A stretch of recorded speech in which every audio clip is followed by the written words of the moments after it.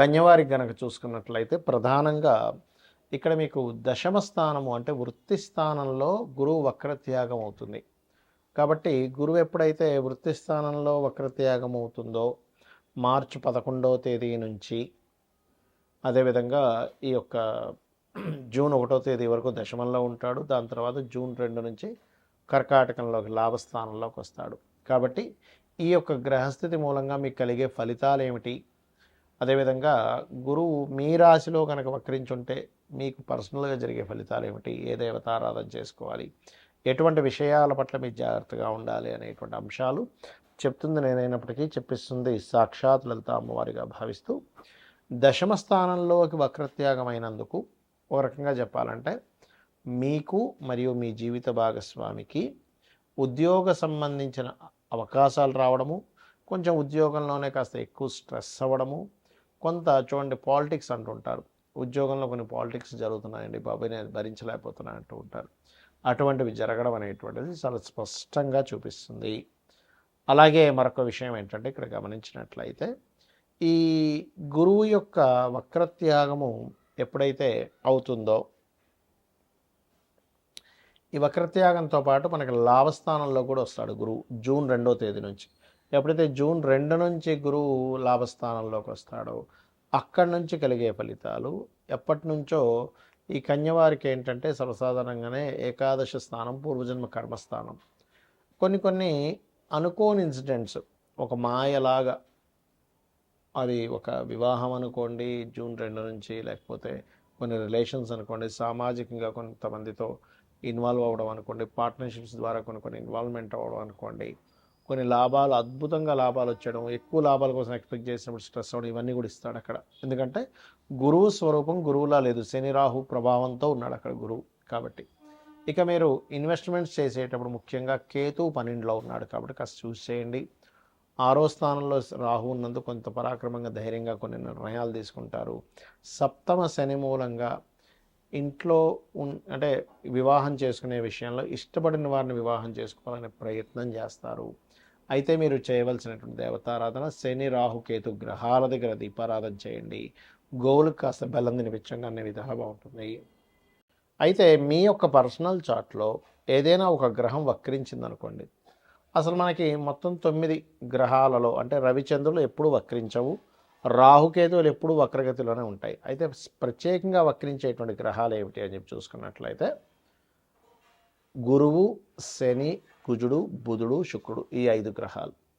మన పర్సనల్ చార్ట్లో వక్రగతి చెందిన గ్రహానికి నాడీ ఆస్ట్రాలజీలో, భృగునంద నాడీ ఆస్ట్రాలజీలో ఒక విశేషమైనటువంటి అర్థం చెప్పారు. దానికి ఏమిటది?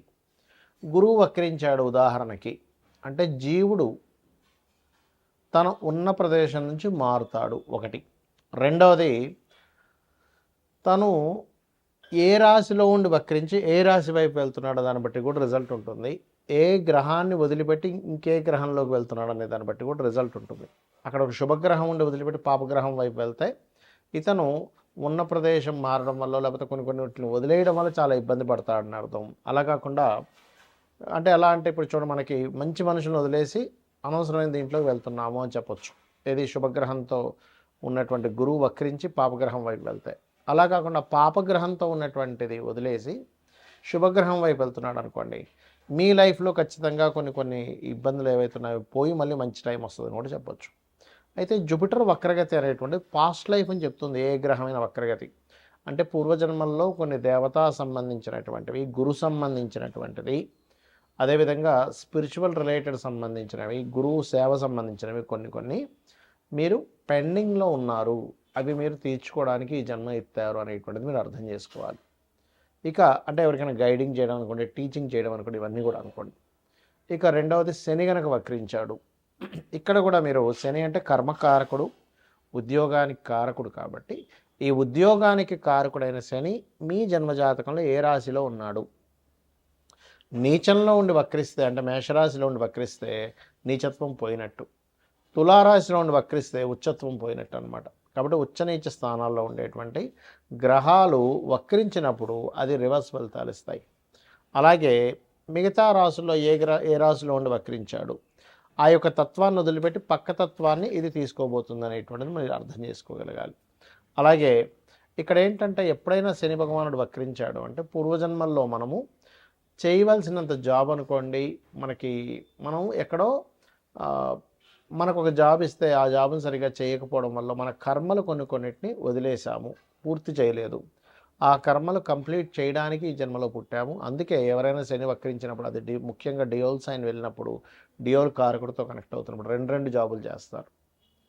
అది ఇక మరొక విషయం ఏంటంటే ఇక్కడ ఉన్న ప్రదేశం నుంచి ఇతర ప్రదేశాలకు వెళ్తే వీళ్ళ యొక్క కెరీర్ బాగుంటుంది అనేటువంటి సంకేతం మీ జన్మజాతకంలో కనుక శని వక్రించాడంటే. ఇక కుజుడు వక్రించాడు, అది ఉండే కండిషన్ బట్టి, అంటే ఇప్పుడు కుజుడు కనుక వక్రించి మంచి స్థానం వైపు వెళ్తూ ఉంటే భూముల వల్ల కలిసి రావడము, కుజుడు కనుక వక్రించి ఏ కేతు గ్రహంతో లేకపోతే కొన్ని పాపగ్రహాలతో కలిస్తే భూముల వల్ల ఇబ్బంది రావడము, అదేవిధంగా అన్నదమ్ముల వల్ల ఇబ్బంది రావడము, మనిషి యొక్క మనకి వెన్నుముక్క అంటారు, వెన్నుముక్కకి సంబంధించిన బ్లడ్ సంబంధించిన జీవిత భాగస్వామిలో ముఖ్యంగా స్త్రీలకి భర్త సంబంధించినటువంటి విషయాల్లో ఉంటుంది. అదేవిధంగా మరొక విషయం ఏంటంటే పరాక్రమ కారకుడు కాబట్టి ఏ స్థానంలో ఉండి వక్రించాడని చూడాలి. 4లో ఉండి వక్రిస్తే 3లోకి వస్తున్నాడు కాబట్టి పరాక్రమం ఉంటుంది. అంటే ఇక్కడ ఏంటంటే అది ఎన్ని డిగ్రీల్లో ఉండి వక్రించింది, ఏ నక్షత్రంలో ఉండి వక్రించింది, ఏ రాశిలో ఉండి వక్రించింది, వక్రించిన తర్వాత ఏ గ్రహాలు అనేది కనెక్ట్ అవుతుంది అనేది ముఖ్యంగా చూడాలి వక్రించిన గ్రహం మూలంగా. అలాగే బుధుడు శుక్రుడు. బుధుడు వక్రించాలంటే దాని అర్థం ఏమిటంటే నాలెడ్జ్ షేర్ చేయడానికి పుట్టావు నీవు ఎంత నాలెడ్జ్ని షేర్ చేస్తూ ఉంటే లైఫ్లో అంత ఎదుగుతూ ఉంటావని దీని యొక్క అర్థం. అదేవిధంగా పూర్వజన్మల్లో కొన్ని రిలేషన్స్ పోగొట్టుకొని మరలా ఆ రిలేషన్స్ కనెక్టివిటీ కోసం ఈ జన్మ ఎత్తడం జరుగుతుంది. బికాజ్ ఆఫ్ బుధుడు ఈజ్ రిలేషన్స్ కారకుడు, ఇది ప్రధానంగా గుర్తుపెట్టుకోవాలి. ఇక శుక్రగ్రహం ఎప్పుడైనా సరే గుర్తుపెట్టుకోండి, శుక్రుడు భార్యాకారకుడు, ధనకారకుడు కాబట్టి ధనము ఉన్న ప్రదేశం నుంచి ఇతర ప్రదేశాలకు వెళ్ళడం వల్ల వస్తుందని చెప్పొచ్చు. లేదా ఇతర ప్రదేశాలకి వెళ్ళినప్పుడు కొంతమందికి ఇబ్బంది జరుగుతుంది. ఎప్పుడంటే పక్క రాశుల్లో కనుక అది వక్రించిన రాశి, అంటే ఉదాహరణకి మేషంలో వక్రించాడు, మీనంలోకి వెళ్తున్నాడు, ఉచ్చస్థానం వైపు వెళ్తున్నాడు. అలా కాకుండా మీనంలో ఉచ్చస్థానంలో వక్రించాడు, ఉచ్చస్థానం పోగొట్టుకుంటుంది. అదేవిధంగా ఏ రాశిలో అయినా శుక్రుడు వక్రించినప్పుడు ఆ వెనక రాశిలో ఉండే ప్లానెట్ ఏమిటి, ఆ వెనక రాశిలో ఉండే ప్లానెట్ యొక్క స్థితి ఎలా ఉంది కూడా చూసుకోవాలి.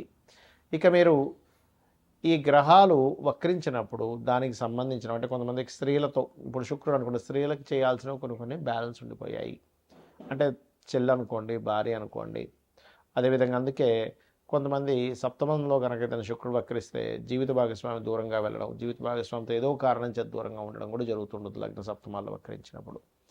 ఇక ఇవన్నీ ఒక ఎత్తు అయితే మీ పర్సనల్ చార్ట్లో మనం గోచార ఫలితాలు ఎలా అయితే చెప్పుకుంటున్నాం, పర్సనల్ చార్ట్లో ఉండేటువంటి లగ్నం నుంచి 12 భావాధిపతులు ఎలా ఉన్నాయో చూసుకోవాలి. అంతేగాని ఎల్నాటి శని వల్లే నాకు ఇబ్బంది వస్తుంది, కాల్సపు దోషం వల్ల ఇలా వస్తుందని అనుకోవడం కాదు.